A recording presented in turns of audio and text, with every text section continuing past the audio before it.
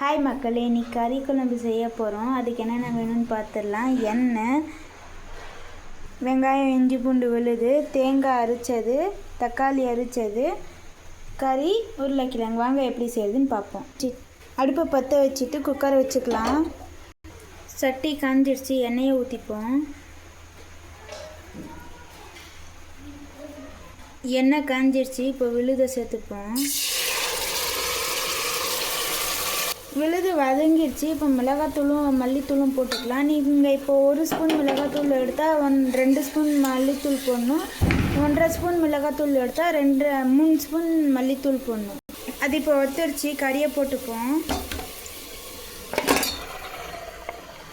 கறியை போட்டு ஒரு 5 நிமிஷத்தில் உருளைக்கிழங்கு சேர்த்துருவோம். போட்டு ஒரு 10 நிமிஷம் ஆச்சு. இப்போ தக்காளி பேஸ்ட்டை போட்டுப்போம். ஒரு கொதி வந்துடுச்சு. தேங்காவை சேர்த்துப்போம். தேங்காய் போட்டோன்னு கொஞ்சம் தேவையான அளவு உப்பு போட்டு விசிலை விட்டுருவோம். குக்கர் மூடி போட்டாச்சு. ஒரு 3 விசில் ஓட்டும். அப்புறம் எப்படி இருக்குன்னு பார்ப்போம். மக்களே, இதுதான் ஃபினிஷிங்.